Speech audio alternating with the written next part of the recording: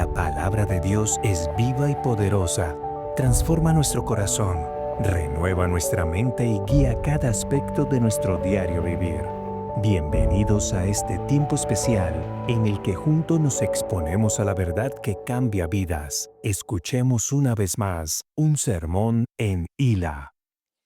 Bien, seguimos con nuestra serie sobre iglesia y todo este año hemos estado hablando acerca de lo que la iglesia es y estamos aprendiendo un poco y la verdad que es un tema tan especial, tan extenso y cada vez que tengo que predicar me doy cuenta que es abrumadora la cantidad de riqueza que hay en la verdad de la iglesia y lo que somos como iglesia y lo mucho que tenemos que crecer como iglesia. Porque aunque estamos enseñando esto, la enseñanza está igualmente paralela a muchas decisiones que tenemos que tomar como iglesia para cada vez amoldarnos más a lo que la iglesia debe ser según la palabra del Señor y desamoldarnos de lo que la iglesia no debe ser y que tal vez por tradición hemos aprendido. Y en ese camino estamos, volviendo a la escritura y permitiendo que el Señor nos transforme a través de ella. Y la enseñanza del día de hoy tiene como título, o el sermón es Las ordenanzas de la iglesia.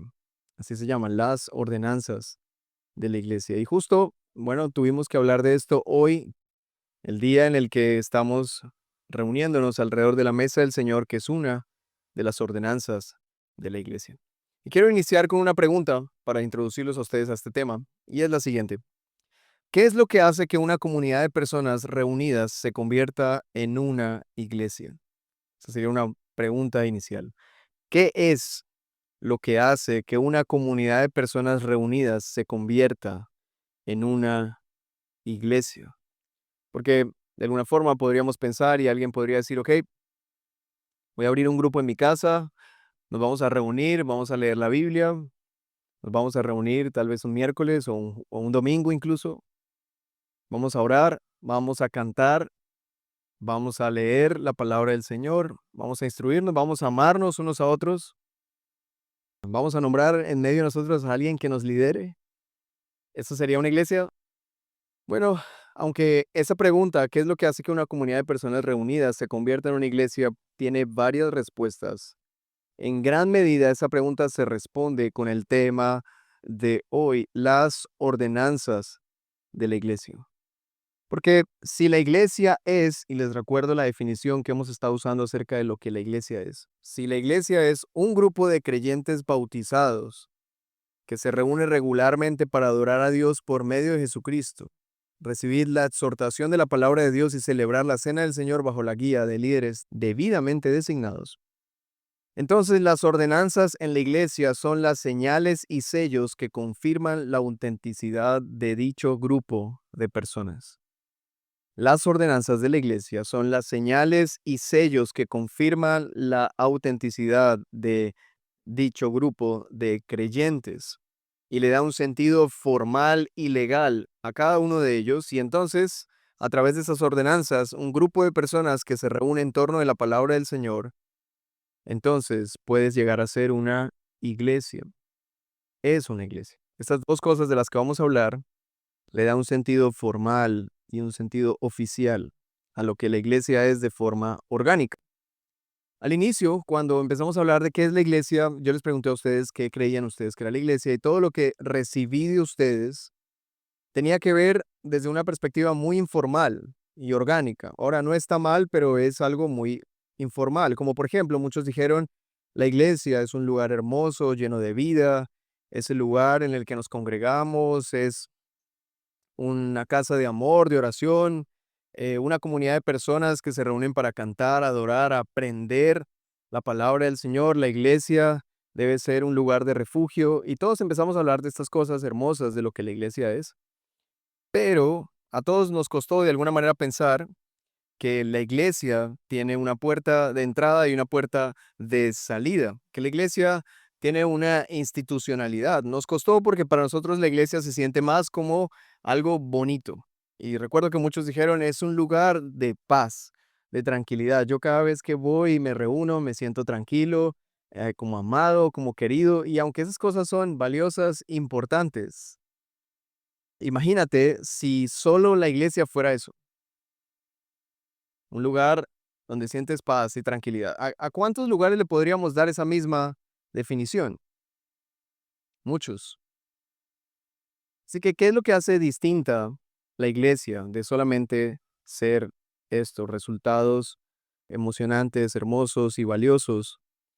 ¿Qué es lo que hace? Pues hoy vamos a estar viendo un poco de eso, porque para traerlo a un ejemplo más cercano, podríamos pensar en el matrimonio.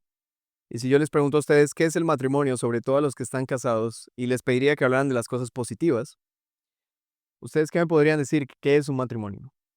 Es una idea del Señor, es un lugar hermoso, es para santificarnos, tiene un propósito de santificarnos, es caminar junto con alguien hacia la ciudad celestial, esperando el regreso de nuestro Señor. Podríamos hablar que es un lugar de intimidad, de comunión, de cercanía, es un lugar de mucha alegría, el matrimonio es algo tan especial, tan importante. A través de él tenemos hijos, familias, formamos familias. Y podríamos hablar de muchas cosas hermosas del matrimonio, pero tal vez nadie diría el matrimonio es una unión formal de compromiso para siempre que inicia con la oficialización de una autoridad civil y una bendición eclesial. ¿No? Nos costaría decir eso, ¿verdad? Todos diríamos, no, es muy lindo no caminar solos, es muy genial, y me imagino. Y algunos piensan el matrimonio en la boda, ¿cierto? Piensan en las flores, en el vestido, en el... Y parece que todo eso es importante y lo secundario es, bueno, que hay un señor ahí que dice, los declaro marido y mujer. Eso parece ser lo menos importante. La gente se angustia por decir, no tengo la plata suficiente para la luna de miel. Y parece que ir a una notaría es solamente una cuestión de trámite. Voy y es algo que toca hacer porque más da. A ver, sentémonos. Sí, sí, listo. A ver, firmo, sí, ¿dónde le firmo? Se fue. Y es más, cada vez los trámites son más informales, más express. Ya no necesitas testigos. Puedes ir y en 15 minutos sales casado. Luego, alguien quiere la bendición de un pastor, la bendición de Dios, y entonces este hace toda una fiesta y tratan de decirnos a los pastores, pastor, trate de no demorarse tanto, porque queremos que la luz de la tarde para las fotos, y usted se demora, la luz pasa y usted entonces nos arruina las fotos, porque aquí es lo más importante, las fotos, la fiesta, alguien se acordará del sermón que se dio ese día. Ahora, ¿qué nos dice esto? Reflexionemos un poquito. ¿Qué nos dice esto, hermanos? Nos encanta pensar en la informalidad y nos gusta lo orgánico, porque lo orgánico es como lo que se disfruta. Pero cuando empezamos a pensar en lo estructural, cuando pensamos en el compromiso, en lo legal, en lo serio, en lo oficial, como que todo parece tender a lo aburrido. Ah, qué pereza. Y entonces dejémoslo a un lado. Ahora, esa actitud está presente casi en todo lo que hacemos. Todos recordarán, o algunos recordarán la película de Monster Inc., una de mis favoritas. Y un personaje allí siempre le recuerda a Mike Wazowski que debe hacer su papeleo. A nadie le gusta el papeleo. Nos gusta trabajar, hacer cosas, pero informes, papeleo, qué estresante. Tengo que... No nos gusta lo informal, nos deleitamos en lo informal, lo casual. ¿Por qué todo tiene que tener un propósito? ¿Por qué tenemos que reunir? ¿Por qué no sencillamente nos reunimos a hacer nada? ¿Por qué sencillamente no dejamos que pase el tiempo? ¿Por qué todo tiene que ser tan formal? Nos gusta lo que sale espontáneo, informal. Algunos dicen los mejores planes son los que salen de la nada, los informales, los cuando te pones a planearlo como que todo se arruina y de alguna forma estamos informando a nuestra mente que la informalidad es mucho mejor que lo formal. Ahora, en respecto o con respecto al matrimonio, es lo que la mayoría del mundo piensa, incluso algunos cristianos, no está muy bien, pero algunos cristianos piensan que lo mejor es informalmente. ¿Por qué tengo que pensar en mis relaciones personales como algo formal? ¿Por qué no dejan que me dejan quieto, me dejan libre? Yo quiero experimentar. ¿Por qué no puedo estar con una, con otra y probar? ¿Por qué tengo que someterme a ciertas reglas? ¿Por qué? porque nos gusta lo informal, nos gusta todo lo que es experimental, nos encanta desbordarnos en nuestras emociones y sencillamente no pensar en nada serio, en nada comprometedor, en nada importante, solo queremos disfrutar el momento, estoy siendo feliz, así estoy bien. Y bueno, algún día te vas a casar, uy, no, no creo, pero llevas 15 años, pero ujú, todavía no sé si me quiero casar. Es más, hay algunas personas que dicen, me da miedo casarme porque mucha gente ha estado en unión libre 15 años y se casan y al mes se divorcian. ¿Han escuchado eso? Así que increíblemente el matrimonio, el compromiso de matrimonio es el coco, el monstruo de las relaciones.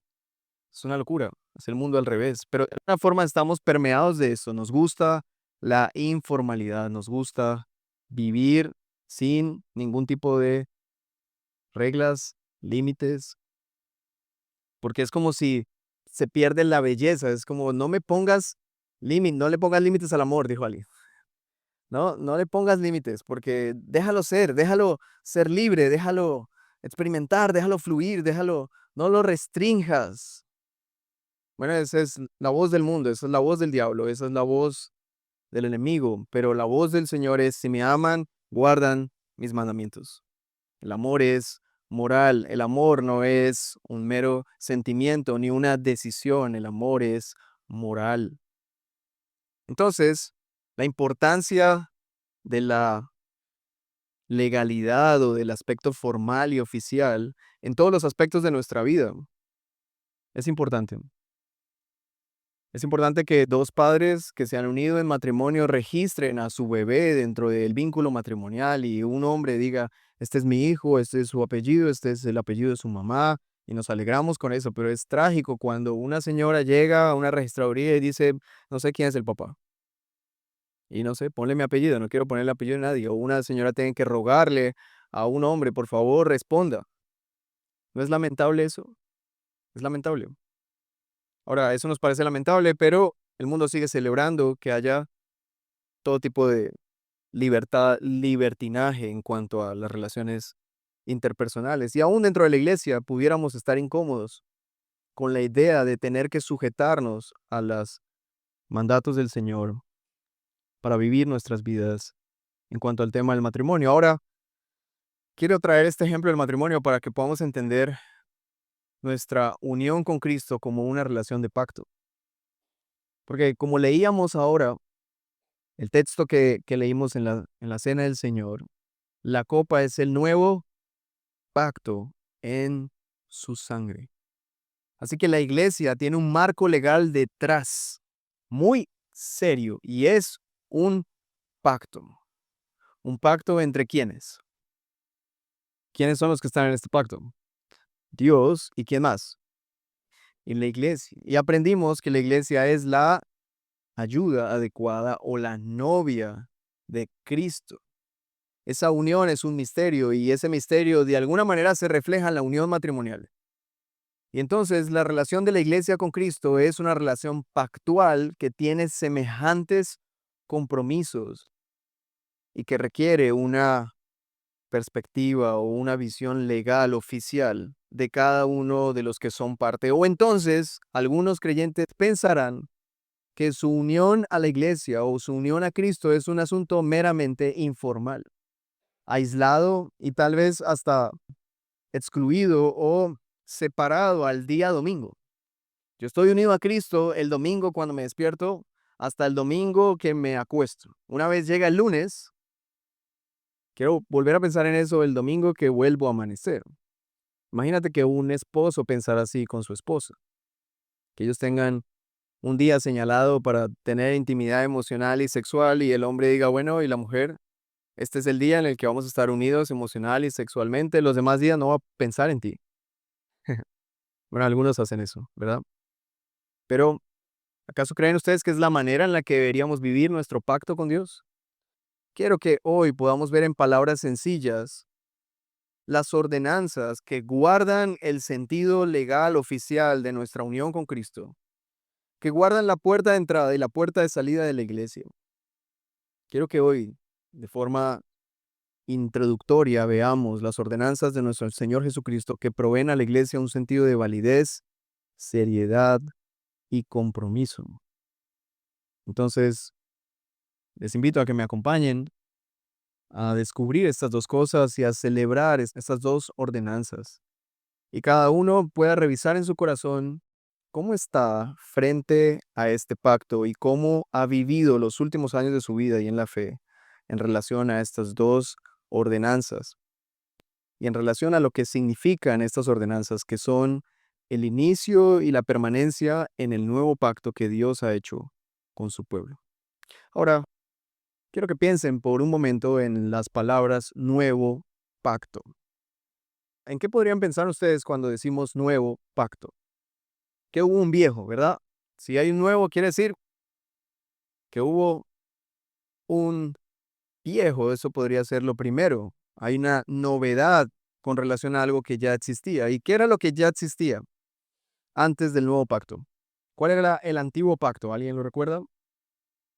La ley de Moisés. Momento importante. Dios hizo milagros sobrenaturales en ese día. Recuerden ustedes que hubo 3 momentos de milagros increíbles. La creación, un gran milagro. La liberación de Egipto, las plagas, grandes milagros se hicieron. Y luego, en el descenso del Espíritu Santo, hubo grandes milagros en el inicio de la iglesia. Y cada uno de estos 3 momentos representa momentos importantes en los que Dios estableció un pacto con su pueblo. Ahora, en el pacto con Moisés, este pacto fue un pacto de ley. Pero ¿qué pasó con el pueblo de Dios? ¿Qué hizo el pueblo de Dios con el pacto que Dios les dio? ¿Fueron obedientes? ¿Fueron fieles? No, fueron infieles. Vean lo que dice Jeremías capítulo 31, verso 31 al 33. Dice así: vienen días, declara el Señor, en que haré con la casa de Israel y con la casa de Judá un nuevo pacto. No como el pacto que hice con sus padres el día que los tomé de la mano para sacarlos de la tierra de Egipto. Vean esta descripción tan hermosa. ¿Qué hizo el Señor? Los tomé de la mano para sacarlos de la tierra de Egipto. ¿Qué descripción más hermosa? ¿Alguien recuerda cómo Dios sacó al pueblo de Israel de Egipto? Con plagas, Pero noten la expresión de Jeremías, la expresión poética de Jeremías. ¿Dios qué hizo? Tomó a su pueblo de la mano y lo sacó de Egipto. Cuánta compasión, cuánta cercanía, esto es lo que el Señor hizo. Pero, ¿qué hicieron ellos? Mi pacto que ellos rompieron, aunque fui un esposo para ellos. Nuevamente empieza los términos de la alianza matrimonial, del compromiso matrimonial a estar presentes. Él fue un esposo para ellos, pero ellos, ¿qué fueron para él? Fueron como una esposa infiel, o en palabras de Oseas, fueron unas prostitutas, se prostituyeron, tuvieron otros dioses delante de él.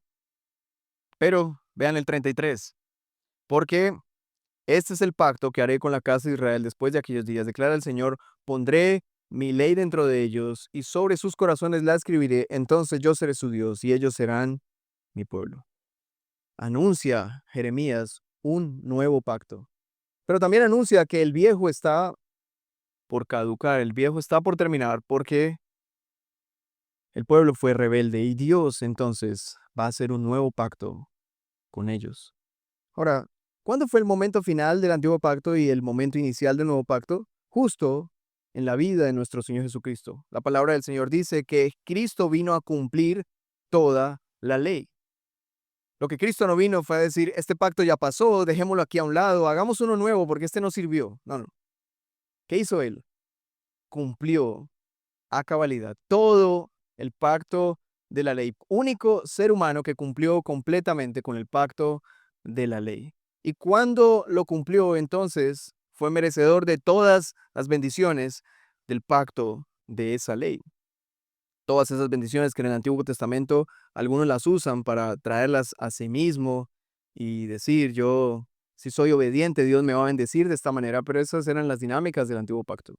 El único que ha recibido por obediencia a las bendiciones de parte del Señor ha sido el Señor Jesucristo. Los demás las hemos recibido solo por gracia y por misericordia, pero Jesús recibió cada una de esas bendiciones que el antiguo pacto señalaba por su obediencia hasta la muerte. Él cumplió la ley, vivió una vida intachable y perfecta delante de Dios hasta su muerte no merecida. No merecía morir, pero en obediencia a su Padre, amó a su Padre más que a sí mismo y amó a su prójimo como a sí mismo.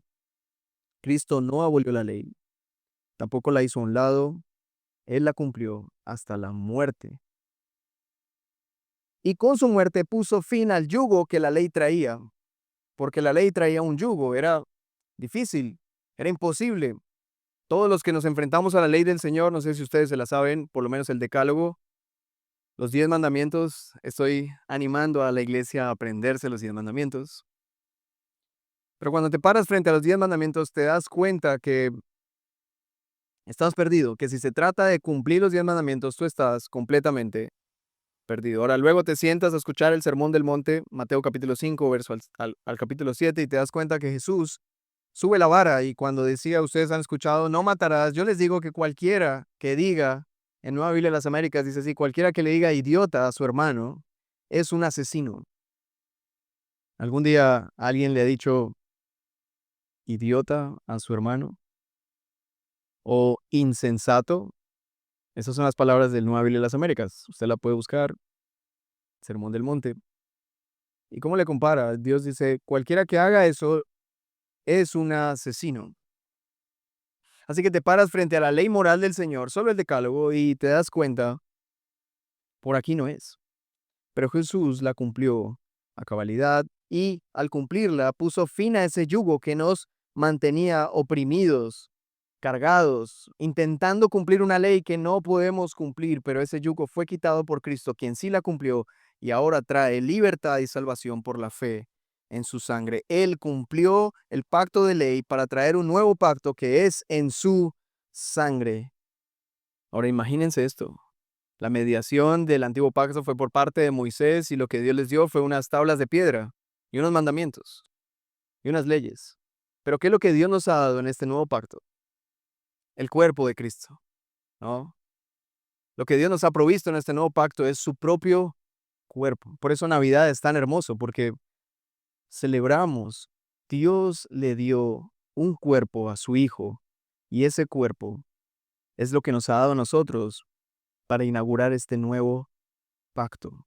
No nos ha dado una piedra, nos ha dado un cuerpo vivo, el cuerpo de nuestro Señor Jesucristo que fue molido y su sangre fue derramada para dar inicio a este nuevo pacto.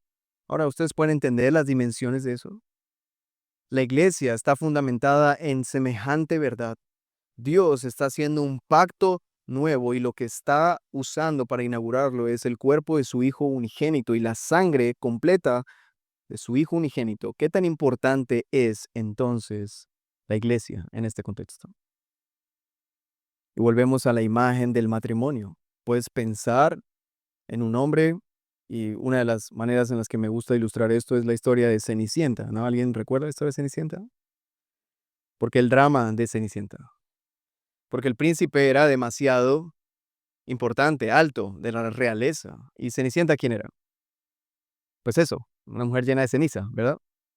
Y no era solamente pobre, no era que no era de la realeza, es que aparte de que no era de la realeza, era pobre, era esclava de una madrastra perversa y sometida a la humillación y sin ningún tipo de posibilidades. ¿Qué posibilidades en un contexto normal tendría esta mujer de ser la esposa del príncipe? Ninguna. Ahora, piensa en eso, ¿cuántas mujeres había por delante de ella? No sé, tal vez todas, pero por alguna razón, ujú, de quien escribió esta historia, termina ella siendo amada. ¿Y qué es lo que nos parece dramático de ese amor? Es la distancia que hay entre el que ama y el amado. Es dramático eso. ¿Cómo puede alguien tan importante amar a alguien tan insignificante? El nuevo pacto en la sangre de Cristo nos recuerda eso. ¿Cómo es que la sangre de alguien tan importante, tan santo, tan puro, viene a ser eficaz y amorosa para gente tan insignificante y pecadora como nosotros? Eso nos da valor.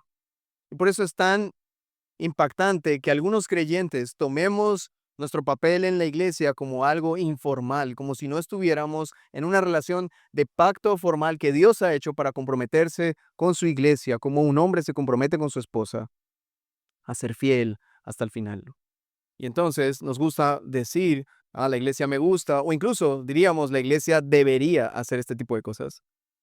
Pero nos cuesta pensar, soy parte de la iglesia porque Cristo ha inaugurado un nuevo pacto y Él ha hecho un compromiso fiel de amar a su iglesia, me ha llamado a mí a ser parte de ella. Yo soy un receptor de su gracia, de su misericordia, pero también soy el resultado de su compromiso de amarme hasta el final.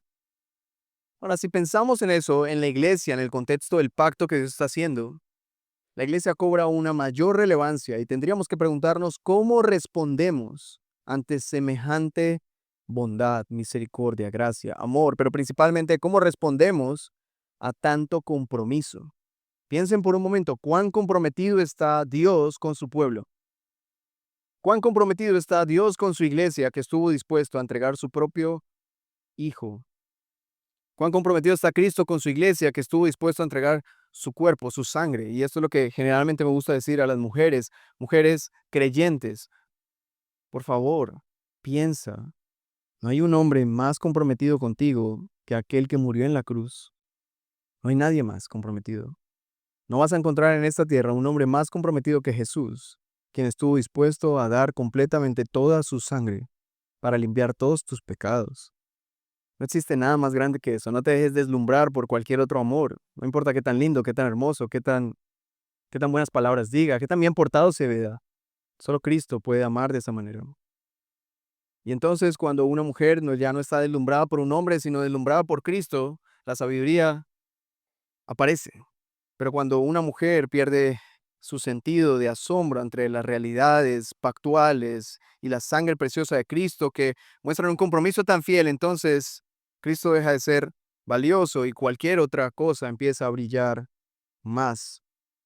Ahora, eso no solamente le pasa a las mujeres, nos pasa a todos los creyentes con cualquier cosa. Algunos hermanos dejamos de ver la belleza de Cristo y el compromiso que Él ha hecho por nosotros y nos parece que un carro, un trabajo, un país, un título, cualquier otra cosa, una dignidad aquí, un instrumento, un púlpito, es más importante, más valioso, más brillante, más hermoso que Cristo.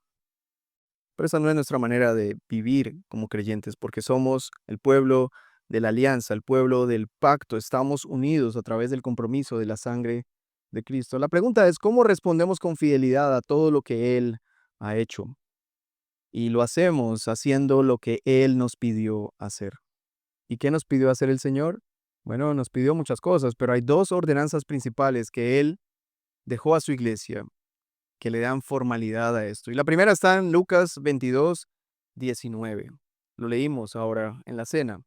Y tomando el pan, después de haber dado gracias, lo partió y les dio diciendo, esto es mi cuerpo que por ustedes es dado, hagan esto en memoria de mí. ¿Cuál es el mandato? Hagan esto. ¿Qué es lo que deben hacer? Tomar el pan, beber la copa y hacerlo en memoria de él. Ahora les voy a explicar un poco más de eso. Así que esa es la primera ordenanza que aparece en los evangelios. Y la segunda ordenanza que aparece en los evangelios es al final de su ministerio. Mateo 28, de su ministerio terrenal. Mateo 28, 18 al 20. Acercándose, Jesús les dijo, toda autoridad me ha sido dada en el cielo y en la tierra. Vayan pues y hagan discípulos de todas las naciones. ¿Qué es lo que hay que hacer? Bautizándolos en el nombre del Padre, del Hijo y del Espíritu Santo. Y luego de eso, enseñándoles a guardar todo lo que les he mandado. Y recuerden, yo estoy con ustedes todos los días, hasta el fin del mundo. En estos dos pasajes están principalmente la institución de las dos ordenanzas del Señor Jesucristo a su iglesia, la cena del Señor y el bautismo. Empecemos por el bautismo. El significado del bautismo. Ahora, del bautismo podríamos hablar demasiado, pero yo quisiera hablar de el significado del bautismo en cuatro aspectos que nos pudieran dar un entendimiento muy general de lo que el bautismo es. El primero de ellos es que el bautismo es uno de los medios principales que Dios ha dado a la iglesia para declarar públicamente su fe en Cristo Jesús como Señor y Salvador. El bautismo es uno de los medios principales que Dios ha dado a la iglesia para declarar públicamente su fe en Cristo como Señor. Y esto es lo que refleja Hechos capítulo 2, 37. Recuerden ustedes que el libro de los Hechos es el inicio de la iglesia. En Hechos 2, el Espíritu Santo desciende sobre los discípulos, ellos empiezan a hablar en otras lenguas y en un momento Pedro se levanta lleno del Espíritu Santo y da su primer sermón. Y en ese primer sermón, ¿qué es lo que dice Pedro? Pedro anuncia el Evangelio. Pedro les relata todo lo que les relaté acerca del pacto de Dios. Pedro señala a Cristo como el Señor y que su sacrificio es el inicio del nuevo pacto. Y lo natural que ocurre es lo que pasa en el verso 37 hasta el verso 39. Por favor, observe conmigo estas palabras. Al oír esto, ¿quiénes? Los que estaban escuchando a Pedro. Conmovidos profundamente dijeron a Pedro y a los demás apóstoles: hermanos, ¿qué haremos? Esa es la pregunta. ¿Cómo respondemos ante tanta fidelidad? Ahora me doy cuenta que Dios está tan comprometido que ha entregado a su Hijo. ¿Qué haremos? ¿Cómo respondemos a eso? Esa es la respuesta natural de alguien que realmente ha sido impactado con el Evangelio. ¿Qué haremos? ¿Cómo respondemos a esto? Noten que Pedro no dijo, bueno, los espero dentro de 8 días en la iglesia. Pedro no dijo, bueno, acérquense y repitan esta oración. Pedro no dijo, nos vemos el miércoles para un grupo. ¿Qué les dijo Pedro? Lean conmigo.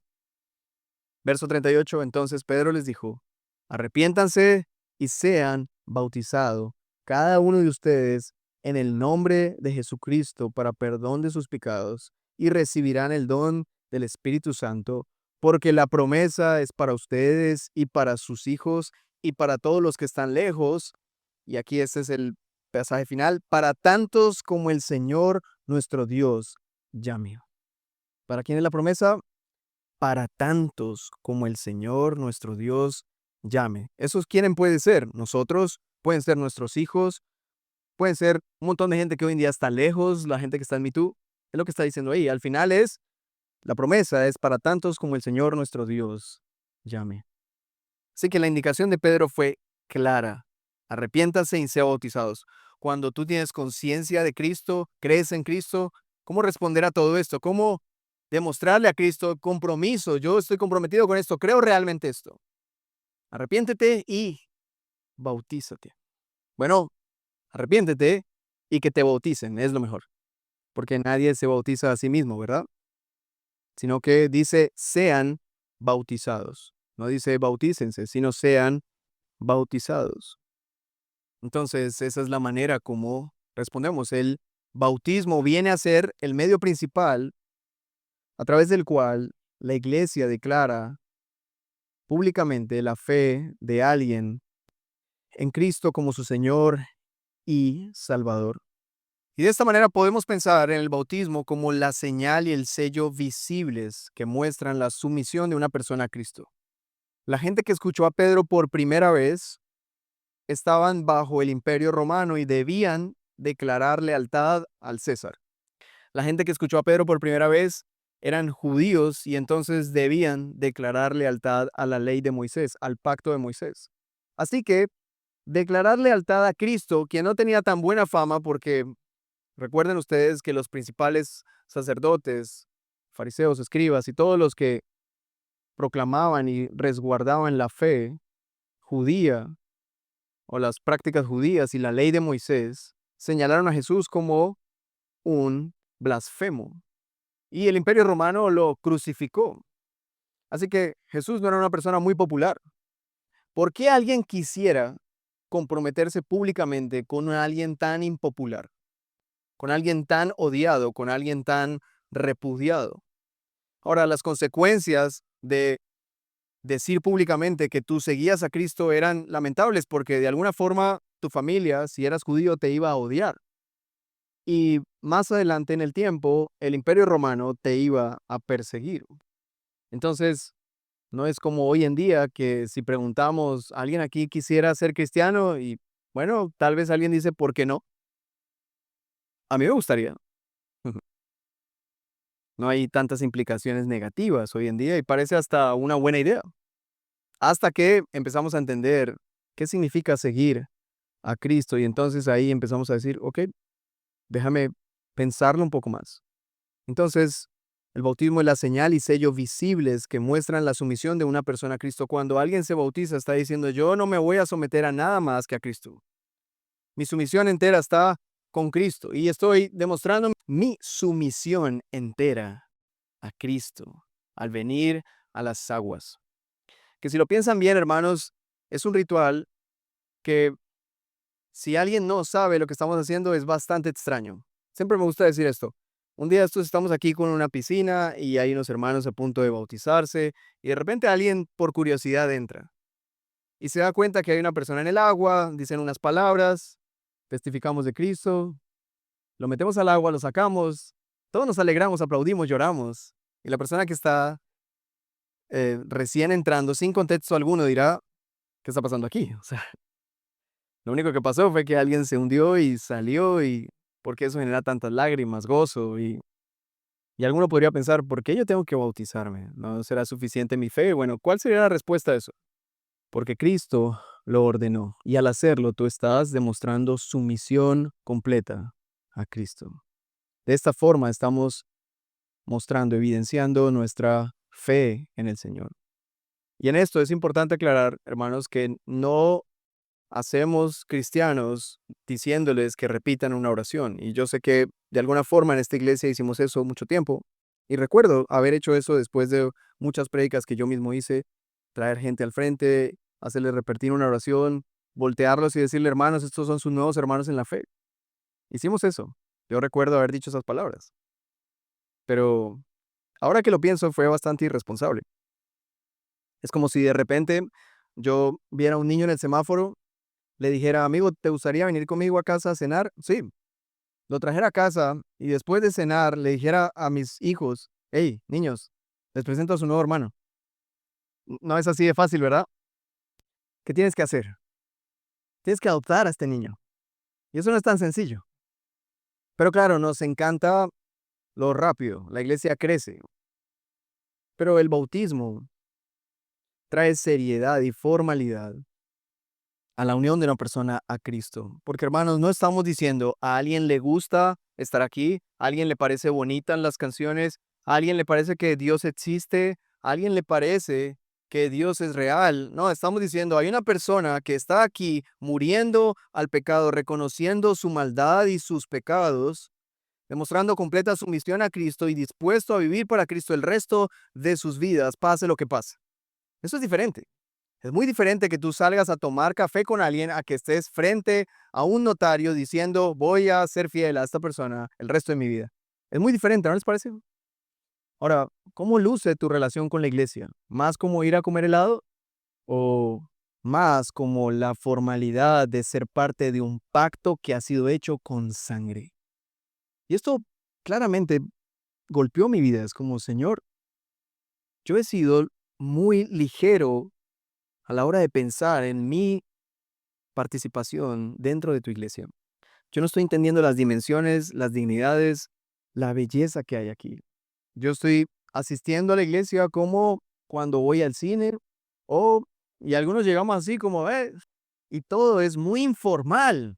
Nos cuesta la formalidad y hemos hablado de llegar temprano y todo lo que sea. Todos esos elementos al final no es lo que quisiéramos atacar. Quisiéramos atacar es ¿qué es para ti ser parte de la iglesia de Cristo? ¿Cuál es la formalidad con la que vives? Yo sé que aquí muchos podrían decir y estar conmigo en pensar en el matrimonio como un hombre que después del trabajo llega a su casa, se sienta al sofá, ve televisión, a duras penas saluda a su esposa, le exige a su esposa que le traiga comida, se queda dormido con el control en la mano, quiere que sus hijos le lleven sus zapatos a cuarto, luego va a su cama y espera que su esposa lo atienda. ¿Qué clase de compromiso está teniendo este hombre con su familia? Lo único que está haciendo es demandar, merezco descanso, merezco atención, yo estoy trayendo plata a mi casa. Ujú. ¿Eso demuestra algún tipo de compromiso? No. Ahora pensamos, ¿cuál es nuestra actitud al venir y al reunirnos a ser parte de la iglesia? ¿Cómo estamos pensando el ser parte de una iglesia? ¿Eres más como un esposo servicial o como un esposo demandante? ¿Eres más como una esposa dispuesta a servir y a responder con sujeción o eres más una esposa demandante y criticona? ¿Por qué no me atienden? ¿Cuál es nuestra relación con la iglesia? Bueno, en segundo lugar, rápidamente porque el tiempo se fue. El bautismo representa nuestra unión con Cristo en su muerte, sepultura y resurrección. Colosenses capítulo 2, verso 11 y 12 dice, también en él fueron ustedes circuncidados con una circuncisión no hecha por manos al quitar el cuerpo de la carne mediante la circuncisión con Cristo, habiendo sido sepultados con él en el bautismo, en el cual también han resucitado con Él por la fe en la acción del poder de Dios que lo resucitó de entre los muertos. Así que el bautismo representa nuestra unión con Cristo en su muerte, sepultura y resurrección. Cuando alguien se bautiza, está representando eso, su muerte, su sepultura y su resurrección con Cristo. Y todos estos beneficios de nuestra unión con Cristo se hacen visibles en el bautismo. Y es algo que tú lo puedes ver. Tú ves a alguien entrar al agua y ves a otra persona salir del agua.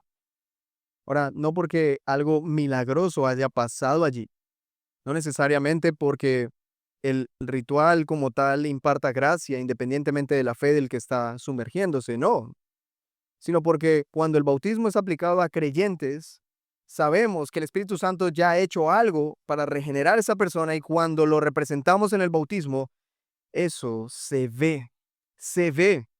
Sales del agua completamente mojado y lo primero que haces al abrir tus ojos es ver a tus hermanos, celebrar este momento, aplaudir y darte la bienvenida y todo allí están lleno de gracia. Estamos viendo vívidamente lo que espiritualmente ocurre y nuestros ojos no pueden ver. ¿Acaso nosotros podemos ver cómo el Espíritu Santo nos regeneró? No lo podemos ver, no hay forma de ver a dónde vemos.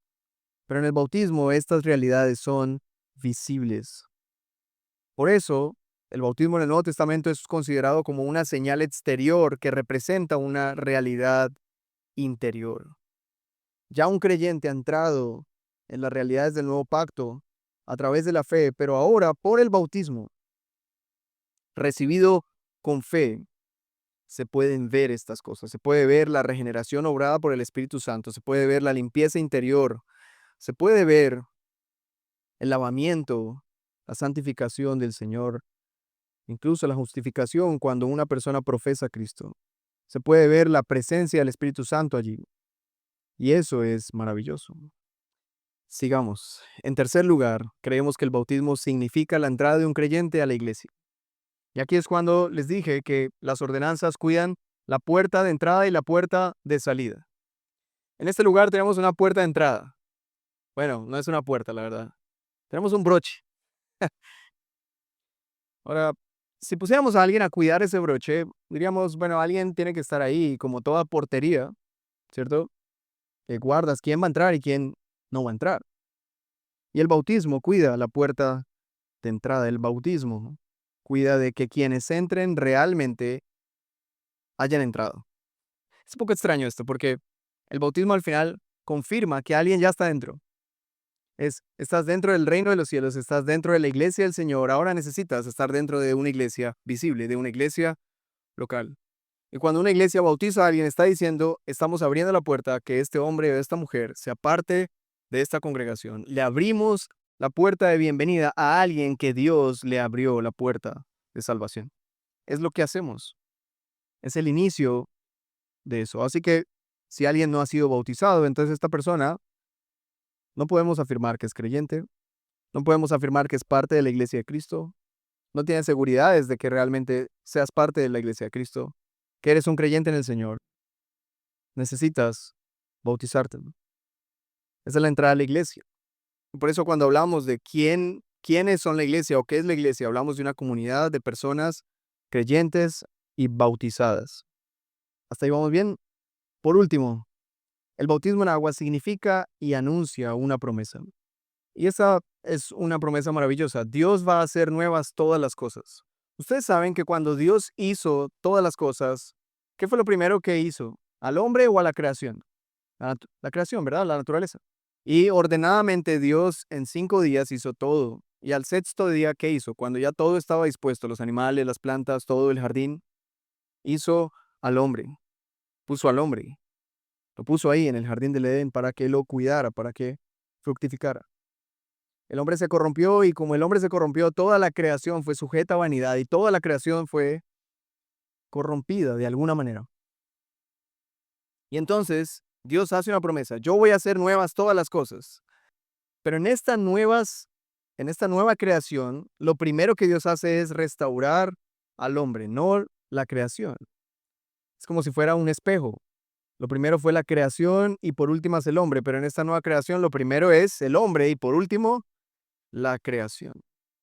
Y por eso la creación aguarda ese día. El día en el que todo sea nuevo y perfecto como algún día lo fue. Es más, mejor de lo que algún día fue. El bautismo anuncia eso, anuncia que Dios va a hacer nuevas todas las cosas. Y por esa razón, 2 Corintios 5:17 dice, de modo que si alguno está en Cristo, nueva criatura es, las cosas viejas pasaron, ahora han sido hechas nuevas. Esto tiene una relación con el diluvio. ¿Recuerdan ustedes el diluvio?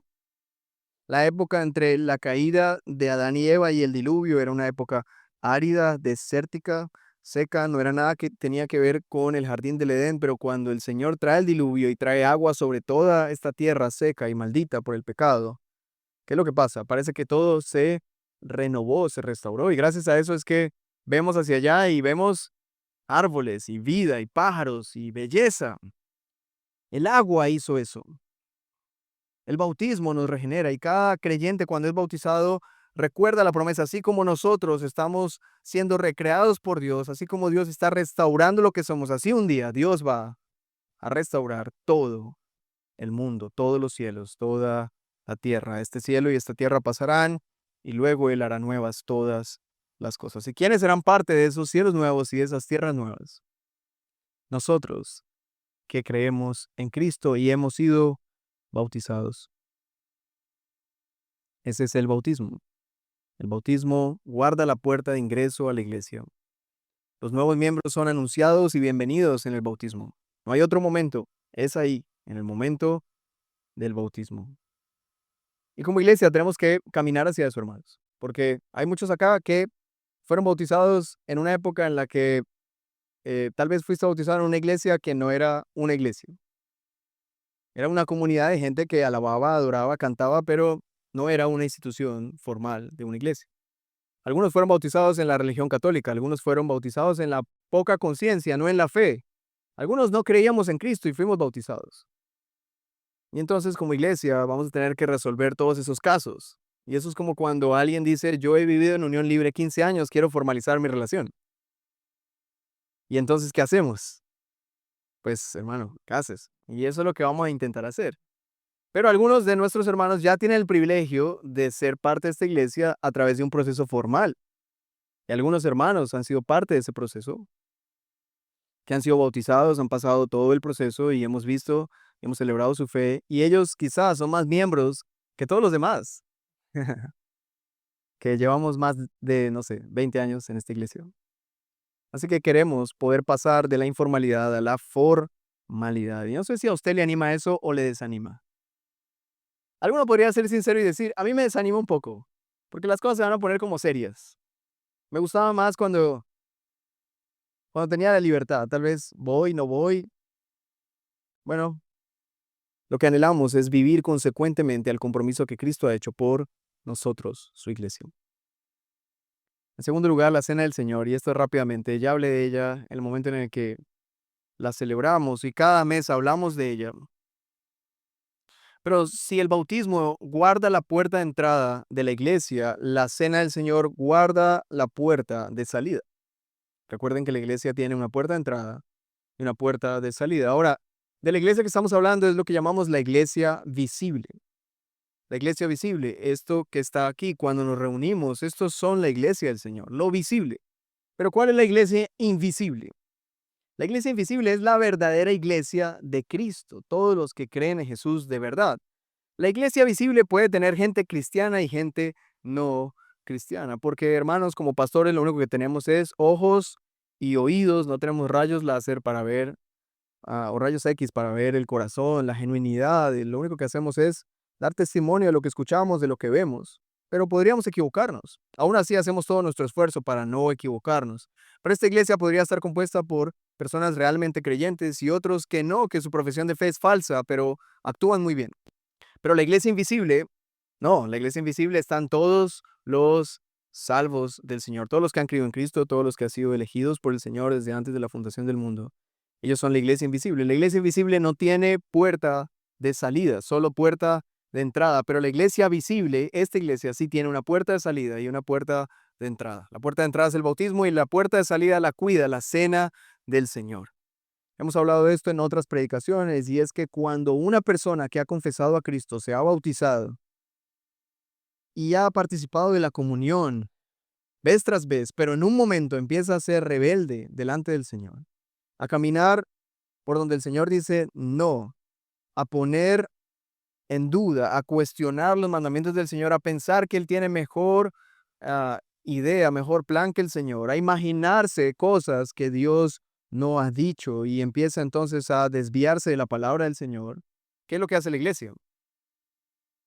Intenta ganar al hermano. Ven, hermano, no te vayas, vuelve al camino. Pero ¿qué pasa si al final de todo el esfuerzo de la iglesia la persona sigue obstinada en su pecado? ¿Qué es lo que tiene que hacer la iglesia? Déjalo, no le pongas más trabas a la salida. ¿Y cuál es la traba a la salida? La comunión. Entonces, quítale la comunión y déjalo que libremente viva su rebeldía, pero fuera de la iglesia, porque dentro de la iglesia no estaría permitido que esta persona sea reconocido como un hermano en la fe. Queremos guardar el testimonio de quienes son hijos de Dios. Y la cena del Señor funciona. Más bien, la cena del Señor ha sido ordenada para que proteja el nombre de Cristo y la santidad dentro de la iglesia. Y por eso decimos, alguien ha sido excomulgado. ¿Qué significa eso? No puedes seguir participando de la cena, es decir, ya no eres de esta familia, no puedes venir a juntarte con nosotros. Ahora estás en el mundo y rogamos que el Señor te salve de allí, pero debes salir. Y algún día, hermanos, como iglesia vamos a tener que practicar eso. Algún día vamos a tener que anunciar públicamente que uno de nuestros hermanos, con dolor, con tristeza, por más de que hicimos lo que quisimos hacer, tuvo que ser excomulgado porque no se arrepintió de su camino y quiso seguir obstinadamente su camino de rebeldía, pensando que hacerlo era mejor que seguir las palabras de Dios. Eso será triste, es horrible, no quisiéramos, pero sabemos que cuando el día que hagamos eso vamos a dar gloria al Señor y estaremos adorando su nombre. Así que la cena del Señor tiene esta gran importancia. Pero veamos 6 aspectos que solamente voy a mencionar y no a explicar para que usted los anote. En primer lugar, la cena del Señor proclama el Evangelio.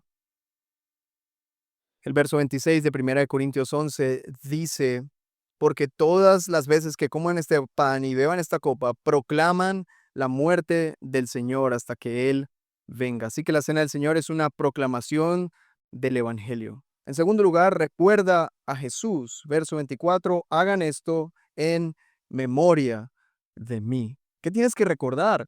No solamente recordar que Jesús dijo esto, vas a recordar a Jesús, vas a recordar su nacimiento, su vida, su ministerio, su muerte, su oración, el himno que cantó antes de salir a ser entregado. ¿Quieres recordar cada una de esas cosas cuando estamos en la cena del Señor? En tercer lugar, la cena del Señor celebra a Cristo.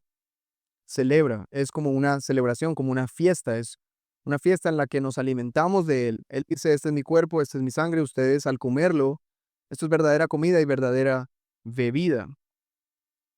Y al parecer, según Juan 6, venir a Cristo y creer en Cristo es alimentarnos de Él.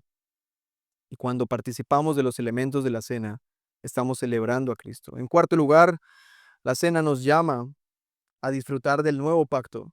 Y lo vimos en Jeremías 31, las realidades del nuevo pacto, donde dice que Dios nos va a perdonar, que Dios promete escribir su ley en nosotros, que Dios promete que todos lo conoceremos desde el más pequeño hasta el más grande y promete que Él será nuestro Dios y nosotros su pueblo.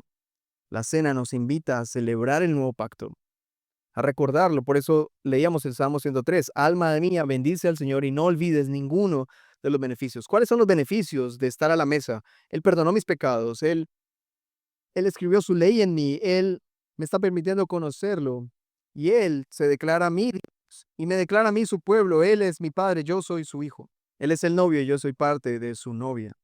En quinto lugar, la cena del Señor nos llama a ser uno en Cristo y a amarnos unos a otros. Nos invita el Señor a comer de un mismo pan, de una misma mesa. Nos recuerda que somos uno, nos recuerda que necesitamos estar unidos como hermanos en la fe.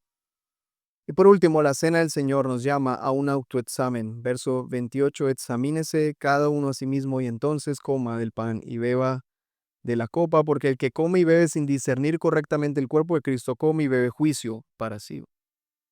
Así que la cena puede ser alimento, pero también puede ser juicio. Para algunos, por la fe y el autoexaminarse podría ser beneficioso, traer todas las bendiciones de la gracia del Señor sobre él, pero para quienes no examinan y comen sin discernir, comen por hipocresía, comen por cualquier otra razón que no sea la correcta, entonces come y bebe juicio para sí mismo. Esto es lo que la cena y el bautismo son, y esto es lo que le da sentido de validez oficial a los miembros de la iglesia. Hermanos, ¿cómo podríamos nosotros vivir de una manera distinta? ¿Cómo podríamos nosotros negar nuestro compromiso ante el Señor si Él se ha comprometido de forma tan grande por nosotros? La mejor manera como podemos responder en un compromiso serio y real delante del Señor es bautizándonos y luego sujetándonos en comunión y celebrando la cena del Señor. Yo sé que como iglesia tenemos que arrepentirnos y como autoridades de la iglesia tenemos que arrepentirnos, hermanos, de alguna forma haber bajado la importancia tanto de la cena como del bautismo. Bautizamos personas muchas veces sin ni siquiera escucharles o escuchándoles y diciendo, bueno, lo importante es que se quiera bautizar. Algunas personas me dicen, yo me quiero bautizar. Bueno, está importante tu deseo de bautizarte, pero no es tu decisión solamente. Queremos guardar la entrada de acceso a la iglesia y quisiéramos cada vez ser más serios con esto. Y por eso, hermanos, algunas decisiones que hemos tomado es que postulamos a las personas para ser bautizadas, entrevistamos, nos sentamos, escuchamos, tenemos varias charlas. Queremos asegurarnos con toda la conciencia que podamos que quien va a ir a las aguas realmente es un hijo de Dios. Pero también quisiéramos crecer en un aspecto de cuidado para que con toda conciencia pudiéramos saber que cada hermano que coge un pan y que coge una copa de esta mesa realmente esté en paz con el Señor y no caminando en rebeldía. Y para eso necesitamos pastorear, por eso necesitamos más pastores para poder estar más cerca de cada uno de ustedes y cuidar la mesa del Señor. Entonces noten que tenemos mucha tarea, mucho trabajo. No es fácil, pero estamos comprometidos con caminar hacia allí. Me gustaría poder celebrar la cena del Señor cada domingo. Es algo que está en mi corazón. Pero todo esto va a ir consecuentemente creciendo en la medida que todos vayamos creciendo también en la conciencia y celebremos esto con respeto y reverencia. ¿Cómo bendice esto a la iglesia? Y usted podrá decir, bueno, me encantó la charla, pero no sé, ¿esto de qué me sirve mañana que tengo que ir a trabajar? Pues hermanos, no hay nada más relevante, no existe nada más relevante e importante para nuestras vidas que comprender qué tan serio es nuestra unión con Cristo. Tú no puedes seguir viviendo tu vida con Cristo de una forma informal. Necesitas, si quieres realmente vivir la vida de fe y seguir a Cristo, necesitas formalizar tu unión con Él. Y nosotros estamos dispuestos a eso. Padre, te damos gracias por tu palabra y hoy hemos celebrado la cena del Señor. Hemos participado de la copa del pan. Algunos no lo han hecho y quisiéramos dar testimonio a ellos de que ser parte de tu iglesia es lo mejor que podríamos, lo mejor que hemos podido experimentar, el mayor privilegio que hemos podido recibir. Y por eso invitamos a través de la cena del Señor a aquellos que no participan a arrepentirse y a ser bautizados, a creer en el Señor Jesucristo, a pensar, a reflexionar en la belleza de su sacrificio y en el compromiso que Dios tiene con la humanidad, y responder con fe, arrepentimiento y yendo a las aguas y siendo parte de la iglesia de Cristo. Señor, perdónanos porque no valoramos el lugar donde estamos parados, no valoramos las dignidades, los privilegios, la honra que tenemos de ser parte de tu iglesia y ayúdanos, por favor, Señor, a valorarlo. Ayúdanos, Señor. No queremos vivir de forma informal nuestra unión contigo. Queremos realmente demostrar un amor genuino por ti. Ayúdanos, Señor, en esto, en el nombre de Jesús. Amén. El sermón ha terminado, pero la palabra del Señor seguirá haciendo su obra en nosotros. Te esperamos la próxima semana para una nueva entrega de un sermón en Hila. Gracias y paz.